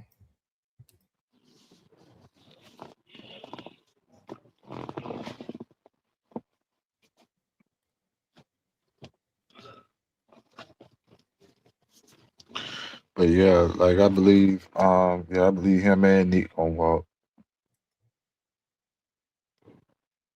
Yep. So on Cause Tim what? Reiner, Cause with on Tim, you ain't. Go ahead. I'm sorry, Montana. On Tim You- Reiner, the only thing I'm kind of struggling if I think that at this point or not, because if they go and say, well, this is a meth unaliving, well, you guys started out saying it was all about his mental health. Now we're saying it's a meth. They're gonna look at meth a little bit differently than they do mental health, right? At the end of No, the because no, go ahead. because he's still mental health. He was just a drug addict, And then them two together don't match. and them two together don't match. Work together. And you got a lot of people Yeah, who a little, not a lot. you got a lot of people Right. that those drugs what cause their mental health issues. So they let him out on his own recognizance today. He didn't even have to pay to put up a bail. They let him out and gave him some stipulations that he cannot be around children unsupervised. He has to show up for every court date. He has to stay in touch with his attorney. He don't have to stay in New Mexico. He can go home because he doesn't live in New Mexico. That's just where the alleged crime happened. So yeah. But yeah, I believe that's probably what made him lose his mind. Those rugs. Yeah. You know, only thing it takes is one person to lace you, and it's over with. Yeah. So this was good. This was a good conversation. I'm thankful for everybody that stopped by. Again, shout out to Fugitive TV. Y'all go over there and follow him. Wow, did the prosecution give any details today on why he should stay in? Oh my gosh, you have to go watch it. So they tried. They was like, the charge is this is a bad crime on children, right? They said that he could be a flight risk. They said that he could go and tamper with witnesses. He has that kind of power. He's a powerful man, and he could tamper with witnesses. They said that he has a history, right? If you go back, there's some history where there was two young ladies that he violated. One was 16, one was 20. And then these two boys were 7 when it's supposed to have happened. So they said there's some history there. So they try to give that scenario and to keep him in. But and I'm going to say this, what overrode how the defense was able to override that is the defense came with a video with the little boy saying the man never touched him. He was talking to his therapist and said the man never touched his private parts. He never did that to him. And so, and then the judge also said he don't have no misdemeanors, he don't have no felonies, he don't have no pattern of messing with young minors, like none of that. So he let him out. So they gave a lot of hearsay, but no concrete facts of what is going to, nothing concrete, nothing. They didn't have no evidence. Like they had recordings. They just had police reports. But listen, y'all. They had police reports from the detective, and they had some, hold on, I'll tell you what they had. But listen, I'm gonna tell you something after you finish. Okay. Don't forget to hold that thought. They just had basically the police report from the detective, and they had a picture. And both boys was on side of the alleged perpetrator, Mr. Busfield, and he had his arms around their shoulder, and mom was in the picture with them. So mom approved it. Mom was there. Couldn't nothing funny happen. That the prosecution tried to present that, but they said that the prosecution looked crazy. They looked like fools getting up there trying to charge this man. I forgot to put that in there, y'all. Go ahead, Montana. What y'all is forgetting is today wasn't a day for them to present evidence. Of course, the defense ain't gonna show what they got because it was just a bond hearing. That's all it was. It was just a bond hearing. So they're not going to expose their case right now for a bond hearing. Well, that's all it was today. Here's my argument, though.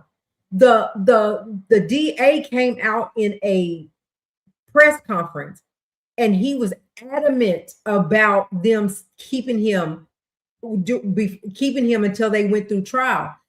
That's their job too. They were supposed to come in there and fight like hell, excuse me, to make sure he stayed in there and give a hard enough fight. But I mean, because at the end of the day, they could present no evidence. The only thing they could the only thing they could use is basically law enforcement or incident reports or affidavits. That's all they had. Far as DNA or any forensic evidence or none of that, they wasn't going to present that. They wasn't going to present that because it's a case. You don't present that to trial or when you're preparing for trial or preparing for court or whatever. So only thing they used was basic information.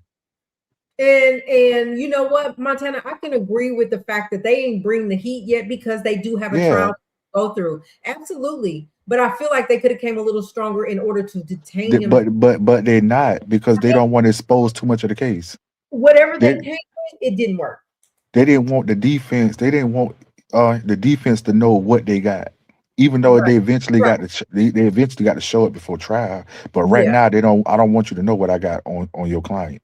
So I'm not Right. gonna put that out there. I'm gonna just keep it with the affidavits to see what I could do within the affidavits to keep him in here, and it didn't just work. Right. Future says usually what they will do is show something on why they should keep him in some sort of fact. I know with me when I was in trouble, they threw a couple of facts, right? Also to make me a high bond, right? So even if they was gonna let him go, fugitive, everybody, I thought that even if they let him go, they would at least make him pay a bond, make bond. But They didn't give him nothing. Said you but go home to California. But Fugitive TV, of course, I've been here before where you was, on the platform, and kind of share, skinny details of your story, your situation, and I showed you, kind of skinny details of mine. So at the end of the day, with the knowledge that we both have, we both know, you know, men that touch kids don't get no time at all. They get probation or get 3 or 4 years and go home. We Sad. know that these the type of people that get bonds because these charges touching on kids is not a violent crime. So they're going to get a bond regardless. If he'd have touched 15 kids, it's not a violent crime. He's going to get a bond. Now, if he'd have committed the M word, the M charge, or armed robbery or something like that, then his bond could get denied because those are violent charges. But he's non-violent, so he's not a threat to the community.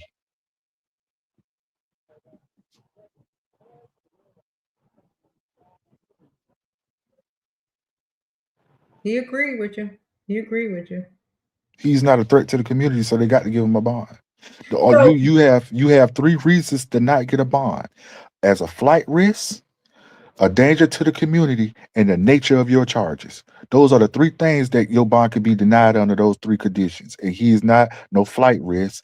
He's not a danger to the community, and the nature of his charges is non-violent.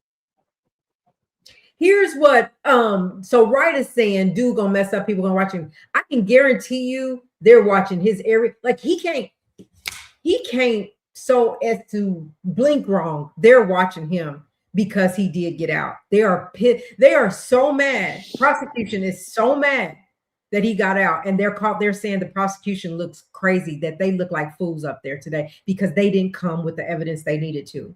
So I think they'll watch him. Well, yeah, if they would have came with evidence, that still wasn't going to stop him from getting the bond because it's a non-violent charge. And he would have got a bond under $20,000, $20,000 or less. If they would have charged him for a bond, he wouldn't have had no high $100,000 bond for his charges because they're non-violent.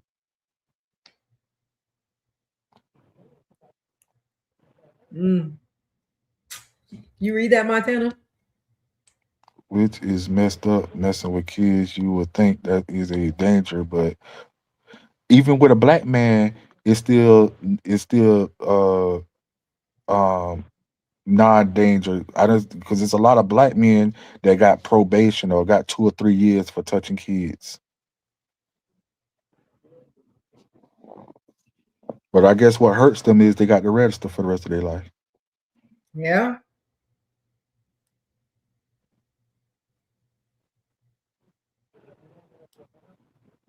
You on a whole app where if I ride through this area, I get a notification that you in this area. It's crazy. That's embarrassing. It's sickening. For Halloween, you can't trick or treat with your kids. Embarrassing. You Yeah, can't sure. go. You can't even go to the school to pick up your child. Embarrassing. All for some stupid decision you made. So Yeah, dumb. So yeah, dumb. All right, crazy. y'all. Well, we've been on here almost 2 hours. What? What? You can't even drop your kid. Can't even drop them off at school. You can't even go near in within so many feet of that school to say run across the street and get in the car. You can't even do that. It's jacked up.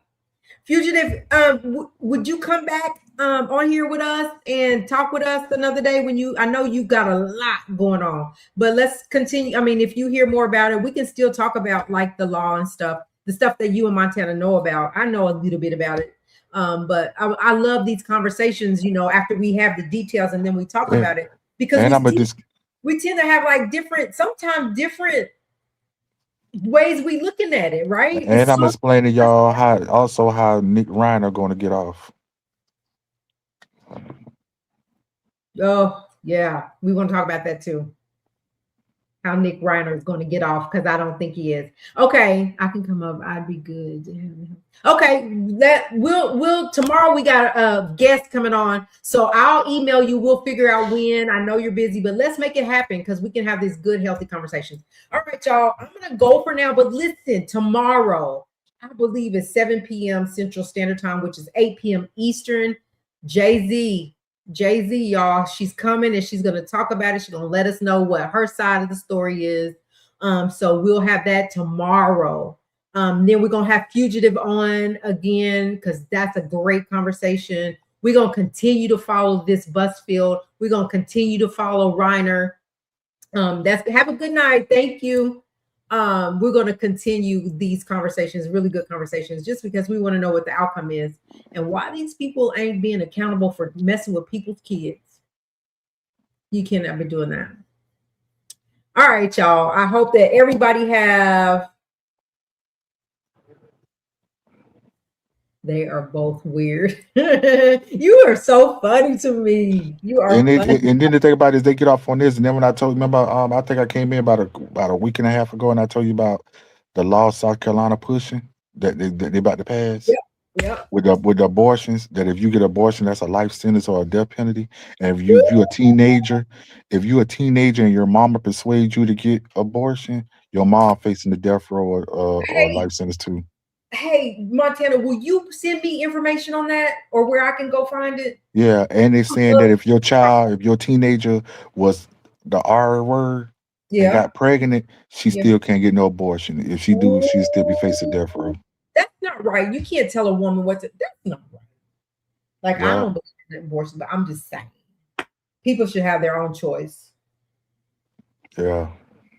All right. Thank you, y'all. Thanks so much. Don't forget, if you didn't hit the like on the way in, hit the like on the way out. Continue to follow us. We got some good stuff coming up. Don't forget, tomorrow, 7 p.m. Central Standard Time, right here with our guest tomorrow.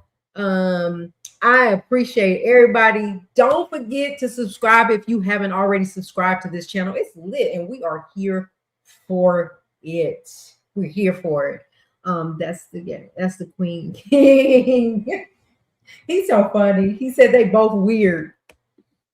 They know is about to be the minority in 2050, so they are running scared. Right? You funny, man. He be so serious. All right, y'all. Thank y'all. Good night. See y'all tomorrow. Please show up tomorrow. We'll be here. All right. Bye.